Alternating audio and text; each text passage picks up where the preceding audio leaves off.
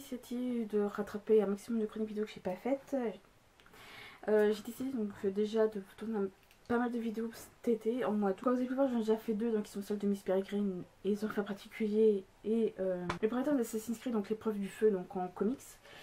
J'ai dit, je regarde dans ma pile là, qui est, enfin l'étagère là qui est la pile des livres lus. Ça c'est les livres lus de Anne Robillard. Et j'en ai sélectionné quelques-uns qui ont été chroniqués. J'ai donc décidé d'en sélectionner quelques-uns qui sont donc, ici, comme vous avez pu voir, de ceux que je ne vais pas chroniquer en vidéo. Donc je vais voir sur ma chaîne ce que j'avais. J'en ai sélectionné quelques-uns et je crois que vous les voyez. Ils sont pas... Alors il y en a certains qui sont là, qui ont été chroniqués en vidéo, mais que je sais pas si je vais les faire ou pas. Là c'est ceux que j'ai choisi. Alors j'ai pas tous voulu les faire d'un coup. J'en aurai plusieurs, donc soyez pas choqués des différentes tenues prochainement. Là il est à peu près 5. On est le samedi 13 août, donc je vais essayer de vous en tourner quelques-uns. Vous en faites pas, je lis entre temps, donc c'est pour ça que je vais en profiter pour lire aussi. Je vais essayer de vous monter au moins une vidéo par jour et voir si je peux la mettre en ligne, ça dépendra du temps qu'il me faut. Mais sur le temps d'enregistrement, rien ne m'empêche de lire entre temps, donc vous en faites pas. Je vais les faire dans le désordre, il n'y aura pas d'ordre après particulier sur la publication des romans, donc vous en aurez, je vais vous lire tout de suite, 10. Alors il y aura 10 livres, là il y en a 10 dont un qui a 22. Donc je vais commencer tout de suite, je vais commencer par le haut de l'appui et puis je verrai en fonction de ce que je voudrais vous monter au fur et à mesure. Donc pour la chronique que vous allez voir actuellement dans ces vidéos, il s'agit donc de Pernelle et Nicolas Flamel de Janine Durans aux éditions France Loisirs.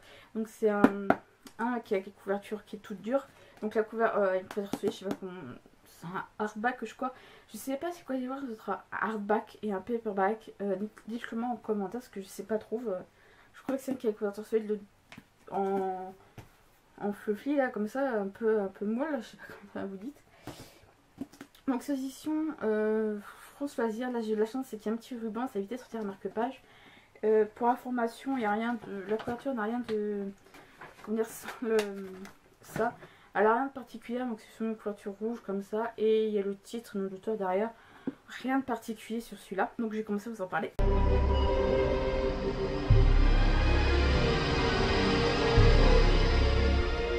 Alors de quoi parle ce livre? C'est très simple. Alors on va pas parler vraiment de Nicolas Flamel dessus, mais notamment de sa femme Pernelle. Qui est âgée de 10 ans plus que lui, si ma mémoire est bonne à l'époque. Elle a réellement existé, je tiens à préciser, c'est une sorte de biographie écrite à la première personne. Non, pas vraiment.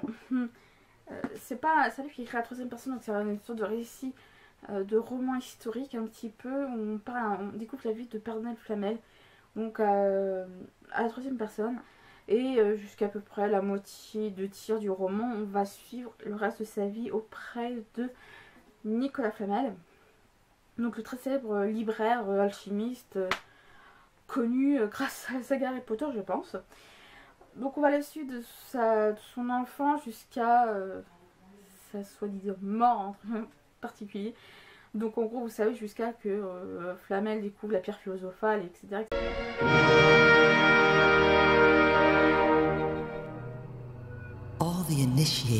Je dois avoir lu ce livre il y a 4-5 ans à peu près, on voit en 2016, ça devrait 4-5 ans, j'ai lu ce roman et je m'en souviens très bien.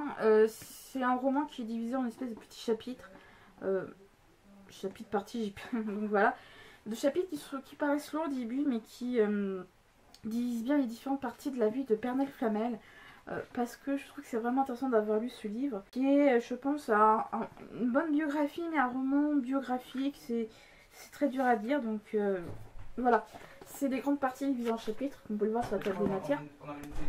Donc ce roman est divisé en différentes parties, et même divisé en différents chapitres. Je trouvais ça vraiment intéressant aussi, parce que c'est vrai que c'est soit divisé en parties, soit en chapitres. Là, c'est vraiment des grandes parties de la vie de Pernelle Flamel, et j'ai le truc qui glisse, et qui vise peu après le parcours de Pernelle Flamel. C'est l'intérêt vraiment ce que je trouve assez idée, c'est que se dire qu'on découvre un peu le périple de cette femme méconnue, comme j'ai dit, on parle plus de son mari que d'elle. C'est vraiment, ouais, on la découvre vraiment de ses 10 ans jusqu'à la fin, et notamment son histoire avec Nicolas Flamel dont je connaissais peu de choses. J'ai commencé à m'attirer au couple Flamel, notamment depuis la saga des secrets de les secrets de l'alchimie, j'ai plus le nom en tête. Les secrets de l'immortel de Nicolas Flamel, des secrets de Nicolas Flamel de Michael Scott chez Pocket Jeunesse, donc j'ai les romans qui sont là.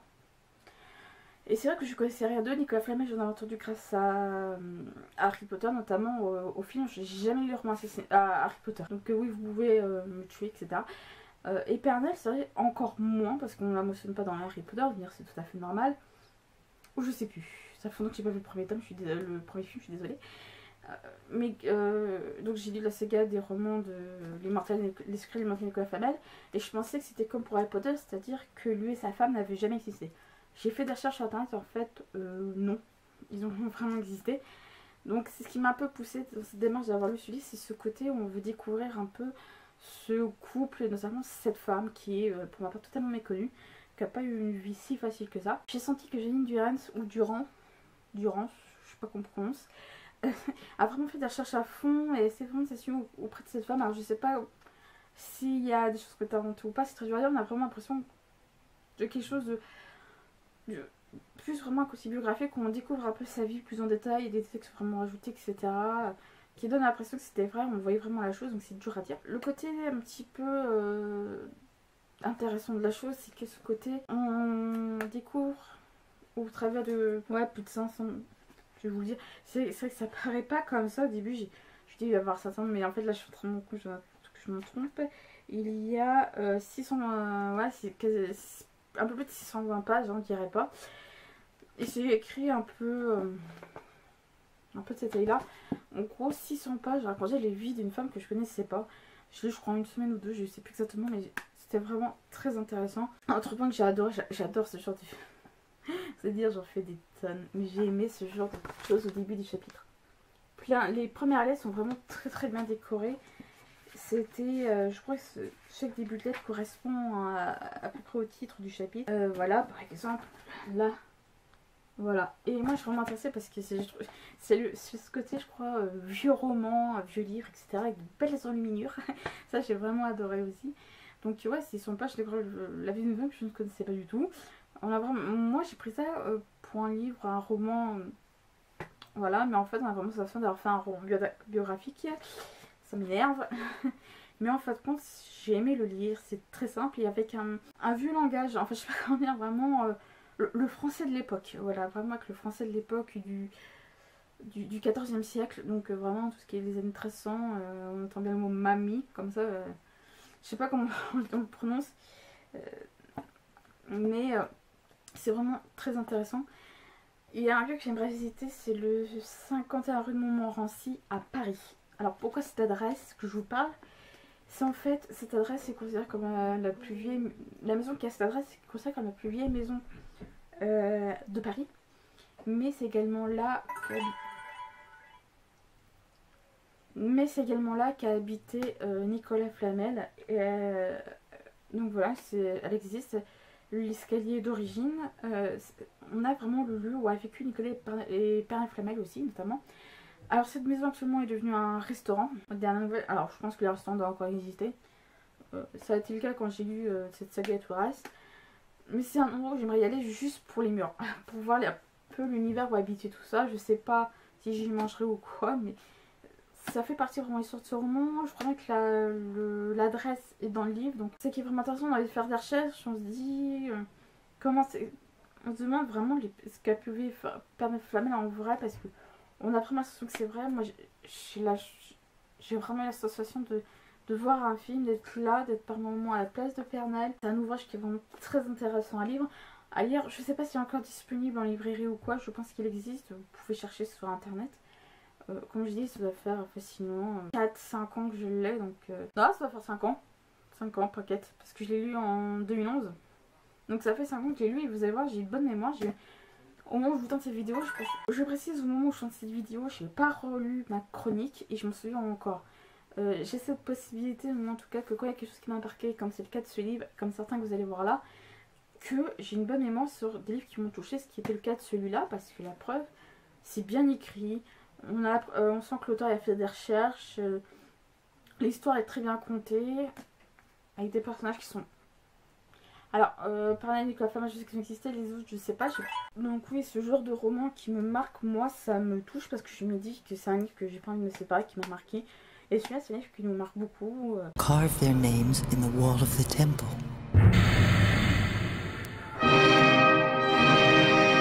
n'y a pas vraiment de point négatif. Alors peut-être point négatif si on se demande si ça... Je sais pas. Alors je dirais que le livre est bien écrit, chapitre... alors grande partie lisant différents chapitres pour voir vraiment l'évolution de Pernelle Flamel, enfin de sa vie. Bien écrit, des enluminures, des petits détails au milieu. Très intéressant pour ceux qui veulent découvrir la vie de Pernelle Flamel et un petit peu aussi la vie de Nicolas Flamel. Donc vraiment c'est un livre à lire qui peut être intéressant pour un peu se cultiver. Et on a cette notion de se demander combien de temps a mis l'auteur pour écrire ce livre et comment vous dire, je suis en train de chercher mes mots. Comment l'auteur en arrive à ce point final, parce que j'ai pas fait plusieurs recherches là-bas sur ce roman. From Victor Hugo to Dali, as well as Cocteau. Ma chronique sur Pernelle et Nicolas Flamel de Janine Durand, c'est fini, donc édité aux éditions France Loisirs. Le prix où je l'ai acheté, c'est plus marqué, c'est pas marqué, je suis désolée. Donc voilà, c'est vraiment un livre si vous voulez en savoir plus sur ce couple. Et voilà, sur ce, je vous dis de bonne lecture. The great masters have left us the key.